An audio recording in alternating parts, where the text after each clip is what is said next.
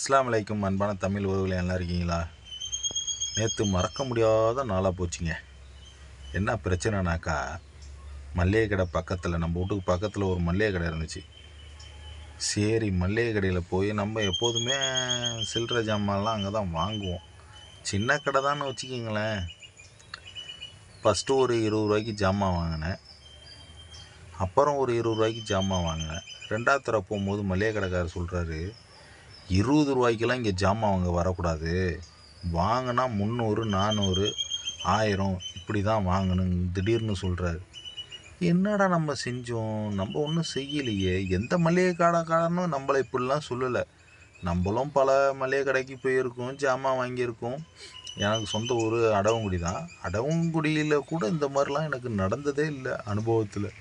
எல்லா கடையிலையும் சில்லறை வாங்கியிருப்போம். மறதியாக ஜாமான் விட்டுட்டோன்னு வச்சிங்களேன், மறுபடியும் போய் 2 ரூபா கொடுத்து இந்த பாக்கு கொடுங்க, நிஜாம் பாக்கு கொடுங்க, இது மாதிரிலாம் கொடுங்கன்னு நம்ம 1 ரூபா 2 ரூபா சில்லறை ஜாமான்லாம் 100 தடவை நடந்து கூட நம்ம வாங்கியிருக்கோம்னு வச்சிங்களேன். இது வரைக்கும் என் லைஃப்பில் இந்த மாதிரி ஒரு சம்பவத்தை பார்த்ததில்லை. நீங்களும் பார்த்துருக்கீங்களா? பார்த்துருந்தா கமெண்டில் சொல்லுங்கள். இந்த மாதிரி உங்களுக்கும் கொடுமை நடந்திருக்கான்ட்டு. 40 ரூபாய்க்கு ஜாமான் வாங்கியிருக்கேன். 300 400 இருந்தால் தான் இங்கே வந்து வாங்கணும்னு அந்த கடைக்காரர் சொல்கிறாரு. ஏன்னா இப்படியெல்லாம் நீங்கள் சொன்னீங்கன்னாக்கா அப்போ என்னாச்சு? இப்போ உங்களுக்கு வந்து என்ன ஆகிட்டு, பெரிய பெரிய கஸ்டமர் தான் முக்கியம், சில்லறை வியாபாரம்லாம் இப்போ உங்களுக்கு முக்கியம் இல்லை. அப்போ நீங்கள் என்ன செய்யணும்?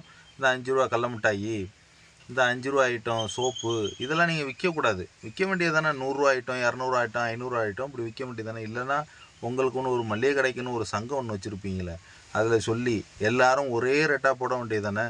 அங்கே இருக்கிற சூப்பர் மார்க்கெட்லேருந்து எல்லாருமே ஒரே ரேட்டு. மளிகை ஜாமான் வாங்கினா, இங்கே பருப்பு வாங்கினா எல்லா கடையிலையும் ஒரே ரேட்டாக இருந்தாருன்னா அப்படி நீங்கள் வைங்க ஒன்று. இதே பெரிய பெரிய சூப்பர் மார்க்கெட்டில் பக்கத்துலலாம் சூப்பர் மார்க்கெட் இருக்குது, அதிலலாம் போய் நம்ம ஜாமான் வாங்குகிறோம் பாருங்கள், அது இவங்களுக்கெல்லாம் பிடிக்கல. ஏன் அவன் போய் அங்கே தான் வாங்குகிறான், சில்லறை ஐட்டத்துக்கு மட்டும் இங்கே வரான் அப்படின்னு சொல்லி நினைக்கிறாங்க.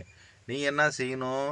ஒன்று எல்லாம் ஒரே ரேட்டாக வச்சுருக்கணும். ஏன்னா இவன் அங்கே போகக்கூடாது, அவன் இங்கே வரக்கூடாது. முட்டை நீ 7.50 விற்கிற, அவன் அங்கே போய் மொத்தமாக வாங்கினா எங்களுக்கு 6 ரூபாய்க்கு கிடைக்கிது.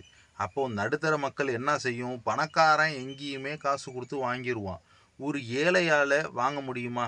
ஒரு ஏழை நடுத்தரமாக காசு செலவு பண்ணுறான், ஒரு நாளைக்கு 500 சம்பாதிக்கிறான். என்ன கார்ட்டூனாக வாங்கி சேர்த்து வச்சுக்க மாட்டாங்க. அப்படி வாங்குறவன் பணக்காரனாக தான் இருப்பான், ஏழையாக இருக்க மாட்டான்.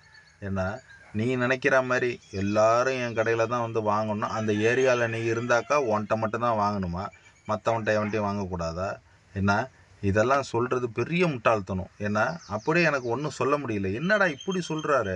வாங்கினா 500 இல்லைன்னா 300 இப்படி தான் வாங்கணுமா, அவர்கிட்ட சில்லறையாக எந்த பொருளுமே விற்க மாட்டாராம்.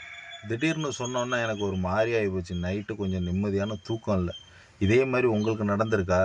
உங்களுக்கு இந்த மாதிரி நடந்திருந்தால் கமெண்ட் பண்ணுங்கள். நம்ம சேனலை பிடிச்சிருந்தா சப்ஸ்கிரைப் பண்ணுங்கள், லைக் பண்ணுங்கள். அஸ்ஸலாமு அலைக்கும்.